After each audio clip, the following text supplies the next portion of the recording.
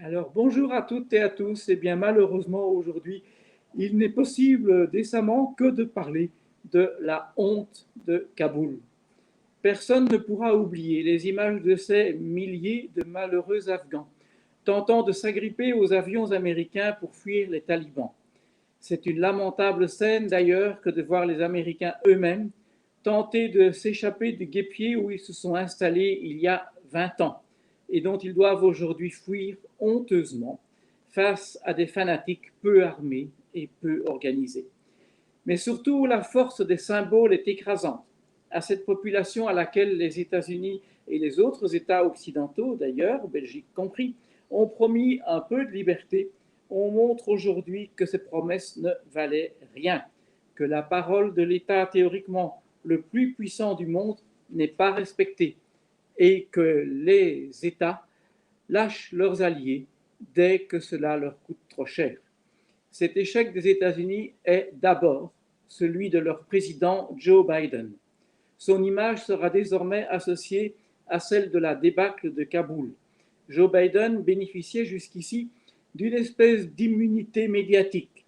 On sait qu'il a été élu non pas pour ses mérites propres, mais seulement pour empêcher, peut-être pour de bonnes raisons, la réélection de Donald Trump. La plupart de ses électeurs auraient voté pour n'importe quel chien avec un chapeau pour se débarrasser de Trump. Et depuis qu'il est là, Biden échappait aux critiques de la presse américaine et de la presse européenne aussi. Pour cette seule et unique raison, il évite au monde la présence de Trump. Cela risque de changer. La défaite est lourde. L'image des États-Unis dans le monde et auprès de leur propre population est gravement altérée et il en est de même, certainement, de la confiance en ce président qui croyait encore pouvoir déclarer il y a quelques jours que l'armée afghane tiendrait le coup et que la défaite n'était pas inexorable en Afghanistan. Qu'il le veuille ou non, la honte et la lâcheté seront à l'avenir attachées à son nom, celui de Joe Biden. Il, a, il peut toutefois, à juste titre, faire valoir qu'à l'origine, le retrait d'Afghanistan était une décision de son prédécesseur, Donald Trump. C'est vrai. Même si Trump avait cru obtenir des talibans des garanties qui n'ont évidemment pas été tenues et que Biden n'a pas essayé de faire tenir. C'est d'ailleurs bien là l'erreur de Trump, de Biden et des États occidentaux.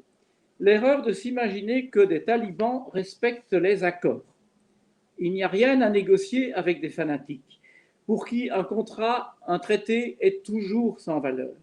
C'est une erreur répétée par Trump qui a aussi négocié ou tenté de négocier avec la Corée du Nord.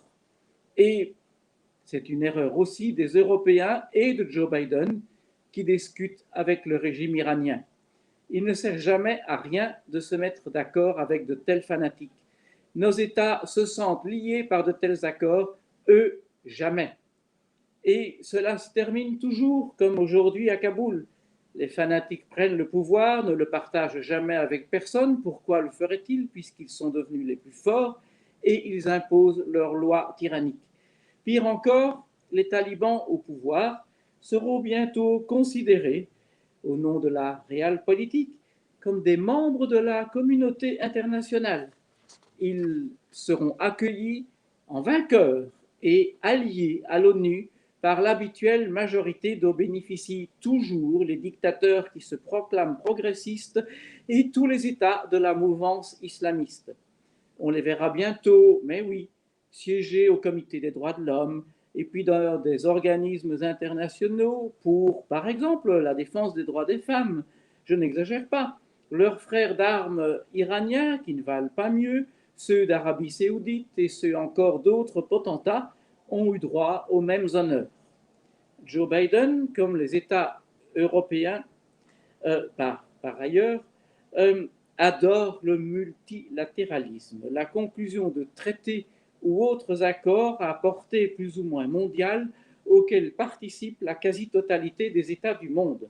L'Afghanistan des talibans, bientôt lui aussi, aura sa petite part d'influence sur des normes qui petit à petit régissent la vie de toute la planète, que ce soit en matière fiscale, en matière climatique, ou peut-être un jour, ben oui, c'est bien parti pour arriver, à propos de nouvelles normes contre la prétendue islamophobie. Cela aussi, ce sera la honte de Joe Biden.